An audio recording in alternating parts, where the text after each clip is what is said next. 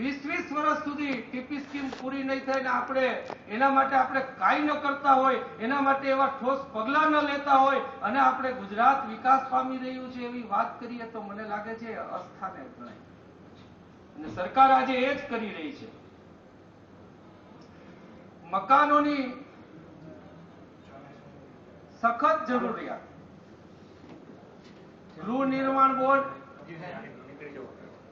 બંધ, મકાન બનાવવા માટેની બધી સ્કીમો રાજ્ય સરકાર બંધ કરી દે, અને છતાં અમે ઘરની વાત સમજણપૂર્વક અને સમજી વિચારી અને દઈ શકાય એ પરિસ્થિતિમાં વાત કરી છે.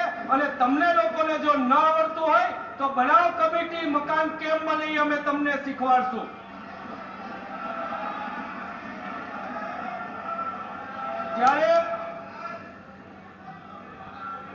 ત્યારે લોકોનો હકીકતનો પ્રશ્ન છે, એ હકીકતના પ્રશ્નને વાચા આપવાને બદલે એ કોંગ્રેસના એજન્ડા. ભાઈ તમે આવું માનતા હતા કે જગ્યા ક્યાં છે તો પાછળ શું કામ એને જાહેરાત કરી હતી, અને કરી છે તો પાલન કરવા માટે શું કામ નથી કઈ કરતા. આયા મોટી વાત થાય, આયા આખું લિસ્ટ સંભળાવવામાં આવે કે અમારી ગુજરાત સરકારની આટલી યોજનાઓ આલે, તો કે એમાં મકાન કેટલા બન્યા, તો કે સેન્ટ્રલ સરકારની સ્કીમમાં 10,000 બન્યા, આમાં તો કે 3,000 જ બન્યા. 30% કરો છો ને એમાં આવડું લિસ્ટ અહીંયા સંભળાવો. લોકોને ગેરમાર્ગે દોરવાનું બંધ કરો. ગુજરાતના ભાઈ રાજકોટમાં હું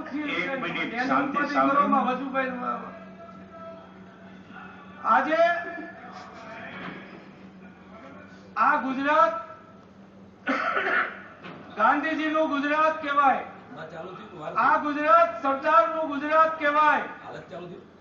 આ સંસ્કારો ગુજરાતની પ્રજાના સંસ્કારોમાંથી એક ગાંધીજી છે અને એક સરદાર જેવા વ્યક્તિ જ્યારે ભારતને માર્ગદર્શન આપ્યું છે, તો આજે જે ચાલી રહ્યું છે એ કે ગુજરાતના સંસ્કારોથી વિપરીત ચાલી રહ્યું છે.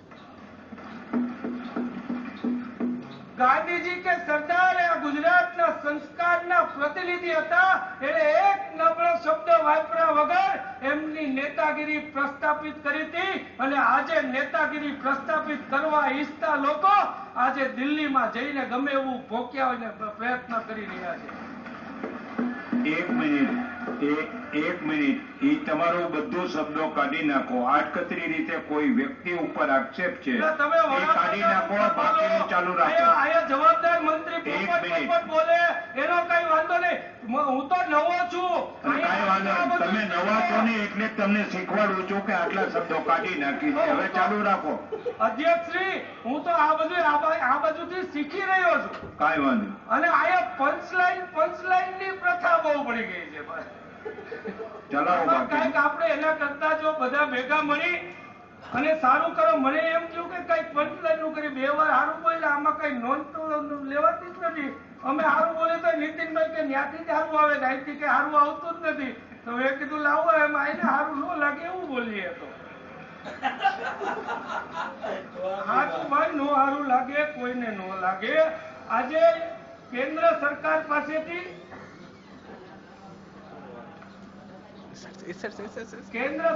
પાસેથી મોટી અપેક્ષા રાજ્ય સરકારને હોય, સ્વાભાવિક છે, સ્વીકાર્ય પણ છે.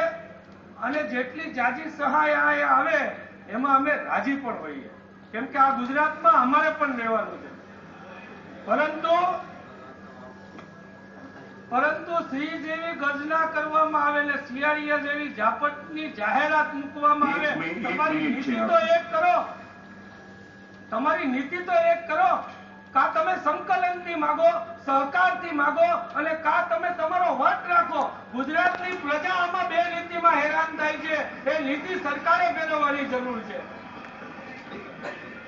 આજે ક્યાં કેન્દ્ર સરકાર ભાઈ આપણે કોઈ પણ નાના મોટા માર્ક લઈને આવે તો એના ખભાને આપણે આમ કરીએ કે સારું કર્યું એમ. કેન્દ્ર સરકારે ક્યાંક નાનું એવું ખભો થાપ્યો હોય તો અમે પેલા આવ્યા, કેન્દ્ર સરકાર અમે પેલા આવ્યા કરે. એના કરતા જ્યાં કેન્દ્ર સરકાર તમને ખરેખર હકીકતમાં મદદ કરતી હોય તો એની પણ કંઈક આમાં વાત કરતા જાઓ. આજે કેન્દ્રની આ યુપીએ સરકારે Jawaharlal Nehru urban renewal mission હેઠળ ભારતમાં સૌથી આપનું પૂરું થાય છે માનનીય મોતીલાલભાઈ.